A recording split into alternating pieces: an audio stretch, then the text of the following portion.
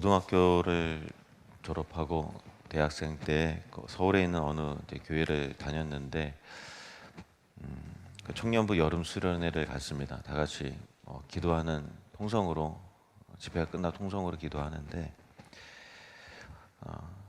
청년부 어떤 형이 그 눈도 그냥 멍하니 있더라고요. 예. 그래서 나중에 쉬는 시간에 물었어요. 형 왜 기도 안 해? 그러니까 그 형이 어떻게 기도하는지 모르겠어. 그러길래 그냥 아버지라고 부르면 되는데, 하나님 아버지라고 하면 되는데, 그러니까 아버지라는 말이 나는 안 나와 그러더라고요.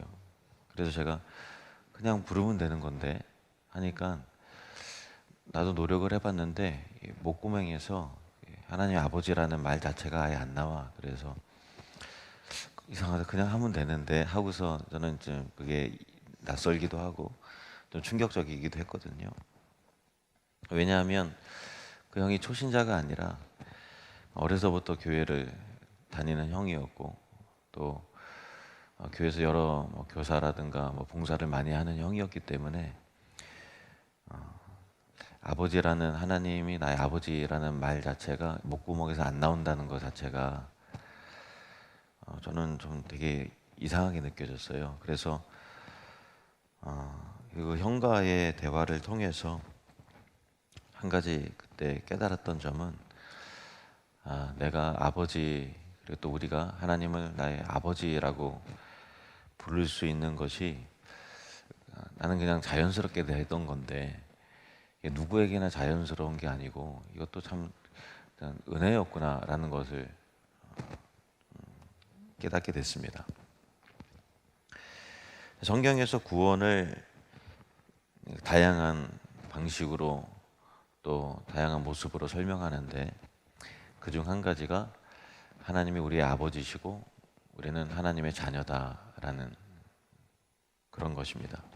요한복음 1장 12절 말씀 보시면 함께 읽겠습니다. 영접하는 자 곧 그 이름을 믿는 자들에게는 하나님의 자녀가 되는 권세를 주셨으니. 아멘. 여기 본문에 보면은 교회에 다니는 자에게 하나님의 자녀가 되는 권세를 주셨다 하지 않으셨습니다. 영접하는 자, 곧 예수 그리스도의 이름을 믿는 자들에게 하나님의 자녀가 되는 권세를 주셨다라고 말씀하셨어요. 중요한 것은 내가 예수님을 나의 구주로 영접해야 된다는 거거든요. 예수님을 나의 구원자로, 주인으로 영접하는 것인데, 영접하는 게 뭐냐? 영접하는 게 예수님 믿는 거죠. 또 예수님 믿는 것이 그 단계에 있어서 제일 기초적인 것이 예수님을 나의 구주로 영접하는 거죠.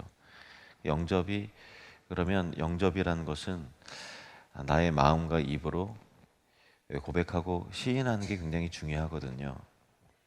입으로 고백하는 것을 통해서 또 공동체 안에서 나의 신앙을 내 입으로 표현하고 주님을 향한 나의 믿음을 입으로 듣도록, 들리도록 고백할 때 그 믿음이 나의 것이 되고 내 믿음의 방향이 분명하게 고백하는 걸 통해서 정해지거든요. 로마서 10장 9절에서 10절 말씀 보시면, 내가 만일 내 입으로 예수를 주로 시인하며 또 하나님께서 그를 죽은 자 가운데서 살리신 것을 내 마음에 믿으면 구원을 받으리라. 사람이 마음으로 믿어 의에 이르고 입으로 시인하여 구원에 이르느니라. 내 입으로 예수 그리스도를 주로 시인하고 내 입술로 표현해야 된다는 거죠. 입으로 시인할 때 구원에 이른다. 그러니까 교회를 오래 다녔어도, 또 어려서부터 신앙생활 하면서 교회 여러 가지 예배라든가 또 교회 봉사라든가 그런 것들이 익숙하게 내 가운데, 삶 가운데 깊이 들어와 있었어도 내 신앙 또 내 믿음을 입으로 고백하고 표현하지 않으면, 예수님을 나의 구주로 고백하지 않으면, 입으로 표현하지 않으면 내 입에서도 하나님을 나의 아버지로 고백하지 못하게 되는 거죠. 예수님이 나의 구주임을 믿습니다 라고 한 번도 내 입으로 고백해 보지 않았는데 하나님이 나의 아버지라고 이렇게 부른다는 것 자체가 그 사람은 굉장히 좀 어색하겠죠.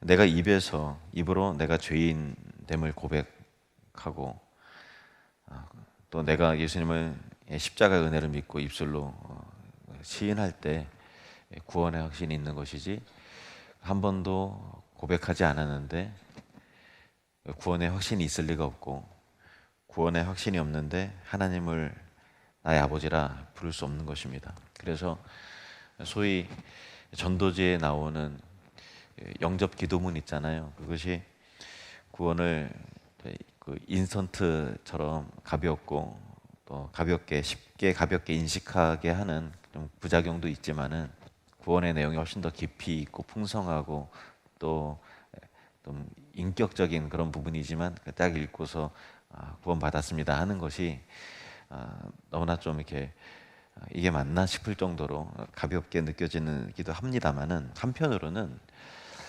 그렇게 해서라도 나의 믿음의 방향과 입장을 분명하게 입술로 표현하게 하는 데는 도움이 되는 측면도 분명히 있죠. 그래서 영접기도라는 것이 획일화된 것은 아니지만, 이걸 안 해보신 분들 위해서 좀 소개를 해드리면 이런 식으로 하면 됩니다. 주 예수님, 저는 죄인입니다. 지금까지 저는 하나님을 떠나 제 마음대로 방황하며 살아왔습니다. 이 시간 예수님을 나의 구원의 주님으로 영접하오니 나의 마음 가운데 오셔서 나의 모든 죄를 용서하시고 영원한 생명을 주옵소서. 하나님은 나의 아버지가 되시고 예수님은 나의 구주가 되셨음을 믿습니다. 지금부터 저 천국에 이를 때까지 제 삶을 주님께 온전히 맡기기를 원합니다. 저를 생명의 길로 인도해 주옵소서.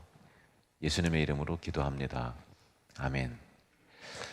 이런 정도의 내용을 여러분이 인식하고 한번 해보는 거 중요해요. 왜냐하면 우리 주변에도 전도하고 할 때 어떻게 예수님 믿는 거 할 때 나 따라해서 이렇게 한번 기도해 볼래? 아니면은 임종을 앞둔 뭐 어르신이 예수님을 영접하길 원하는데 어떻게 기도해야 될지 모를 때 저를 따라하시기 바랍니다 하면서 이러같이 할 수도 있고 그렇잖아요. 한번 좀 저를 따라해 보고서 연습하는 식으로, 또 아직 한 번도 안 하신 분들에게는 또 도움이 되실 수 있을 것 같아요. 한번 따라해 보겠습니다. 주 예수님, 저는 죄인입니다. 지금까지 저는 하나님을 떠나 제 마음대로 방황하며 살아왔습니다. 이 시간 예수님을 나의 구원의 주님으로 영접하오니 나의 마음 가운데 오셔서 나의 모든 죄를 용서해 주시고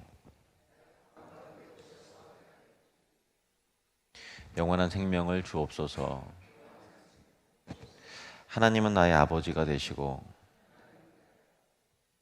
예수님은 나의 구주가 되셨음을 믿습니다. 지금부터 천국에 이를 때까지 제 삶을 주님께 맡깁니다. 저를 생명의 길로 인도해 주옵소서. 예수님의 이름으로 기도합니다. 아멘. 아멘. 이렇게 하는 거예요. 내용은 바뀔 수도 있지만 구체적으로 내가 주님을 영접합니다. 저는 죄인입니다. 하나님이 나의 아버지 되심을 믿습니다. 예수님이 나의 구원자 되심을 믿습니다. 또 예수님이 십자가로 나의 모든 죄를 용서하셨음을 믿습니다. 저 천국에 이를 때까지 아버지께 나의 삶과 또 내 생명을 온전히 의탁합니다. 저를 제 호흡을 아버지께 맡깁니다. 저를 생명의 길로 인도해 주옵소서. 이런 식으로 하면 되죠. 오늘 갈라디아서에서 우리가 그 행위나 그 율법을 지킴으로 구원받는 것이 아니라 오직 하나님의 은혜로 믿음으로 구원받는다라는 것이 굉장히 강조되는 그 서신이 갈라디아서인데요.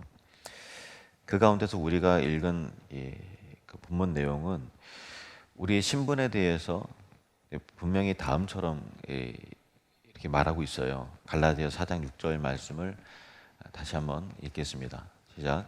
너희가 아들이므로 하나님이 그 아들의 영을 우리 마음 가운데 보내사 아빠 아버지라 부르게 하셨느니라. 아멘. 그러니까 우리가 예수를 믿고 하나님의 아들이 되었기 때문에, 또 하나님께서 우리를 입양해 주시고 우리를 구원해 주셨기 때문에 하나님이라고 부르고 아버지라고 부르는 것이지, 우리가 아들답게 부끄럽지 않고 온전하게 떳떳한 모습이 되었기 때문에, 그렇게 하나님께 요구하는 대로 100% 부응하며 살고 있기 때문에, 양심의 거리낌이 없기 때문에 하나님을 나의 아버지라 부르는 것이 아니라는 거예요. 우리가 아들이기 때문에 부르는 거죠. 무슨 뜻 이해되시죠? 내가 온전히 한 점 부끄러움 없기 때문에, 아버지의 뜻대로 살고 있기 때문에 하나님을 나의 아버지라 부르는 것이 아니라, 단순해요. 아들이기 때문에 하나님을 나의 아빠, 아버지라고 부른다는 거예요. 물론 자녀들 가운데, 우리 육신의 자녀들 가운데서도 부모의 마음을 속상하게 하는 자녀가 있고, 또 자녀가 참 크게 잘못하고 어긋나서 아버지의 마음과 또 뜻과 기대에 전혀 부응하지 못하고 오히려 이제 반대로 가는 자녀도 있지만, 그렇다고 그 호칭이 자식에게서 아버지에서 아저씨로 바뀌는 건 아니잖아요. 그리고 딸이 이웃집 아무개가 되는 건 아니지 않습니까? 그러니까 말 잘 듣는 아들이 있고 말 잘 지독하게 안 듣는 아들이 있는 것이지, 그 아들이 아닌 이웃집 아무개가 되는 건 아니지 않습니까? 마찬가지예요. 그리고 우리가 예수님을 영접하고 관계적으로 신분적으로 하나님의 정말 자녀가 되면, 하나님께서 그 아들의 영을, 예수님의 영을, 성령님을 우리 가운데 보내주셔서 입술로 하나님을 나의 아버지, 아빠라고 부를 수 있도록 도와주시면서, 동시에 하나님 아버지의 뜻대로 사랑하면서 그분의 뜻대로 살고 싶도록 우리 마음을 바꿔주시고, 또 우리를 그렇게 인도해 주시거든요. 하나님과 더욱더 친밀한 관계, 더욱 사랑하는 그 관계로 하나님을 나의 아빠라고 이게 친밀한 호칭을 부를 수 있을 정도로 특별한 사랑을 누리게 해주시는 거죠. 그리고 우리 육신의 아버지가 그 아들을 책임지는 것처럼, 하나님께서도 우리 아버지가 되셔서 그 아들을 책임져 주시죠. 마태복음 6장 26절 말씀 함께 읽겠습니다. 믿음으로 고백합니다. 공중의 새를 보라. 심지도 않고 거두지도 않고 창고에 모아들이지도 아니하되 너희 하늘 아버지께서 기르시나니 너희는 이것들보다 귀하지 아니하냐. 또 마태복음 7장 11절 시작. 너희가 악한 자라도 좋은 것으로 자식에게 줄 알거든 하물며 하늘에 계신 너희 아버지께서 구하는 자에게 좋은 것으로 주시지 않겠느냐. 또 마태복음 23장 9절 시작. 땅에 있는 자를 아버지라 하지 말라. 너희의 아버지는 한 분이시니 곧 하늘에 계신 이시니라. 아멘. 땅에 있는 자를 아버지라 부르지 말라. 너희 아버지는 한 분이시니 곧 하늘에 계신 아버지시니라. 이 말씀을 이제 문자적으로 적용해서 육신의 아버지를 아버지라 부르지 말라, 그 의미가 아니고요. 육신의 아버지와 하늘의 아버지, 하나님 아버지의 차이가 하늘과 땅의 차이다라는 그런 얘기예요. 육신의 아버지도 자식을 사랑하죠. 그리고 좋은 것을 주지요. 그렇지만은 그 사랑의 한계, 가진 것의 소유의 한계, 능력의 한계, 또 이해와 지식의 한계, 또 유한한 피조물이기 때문에 물리적 공간의 한계, 또 죄인이라는 한계, 또 그 영원히 우리가 함께 하지 못하는 그런 유한한 피조물이라는 한계가 있지 않습니까? 그래서 이 땅의 아버지는 자식을 절대적으로 지켜주고 보호해주고 다 책임져 줄 수는 없잖아요. 그렇잖아요. 근데 하늘 아버지는 한계가 없는 완전한 사랑을 가지고 계시다라는 거예요. 나보다 나를 더 잘 아신다라는 거죠. 영원부터 영원까지. 그래서 땅에 있는 자를 아버지라 하지 말라. 너희 아버지는 한 분이시니, 정말 영원하고 완전한 아버지는 한 분이시니 곧 하늘에 계신 이신이라, 이렇게 말씀하고 계세요. 11월 한 달도 또 앞으로의 삶 가운데서도 우리 하나님 아버지께서 여러분의 가정을, 또 여러분의 하고 있는 일 가운데 아버지로서 책임져 주시고 또 이끌어 주실 줄로 믿습니다.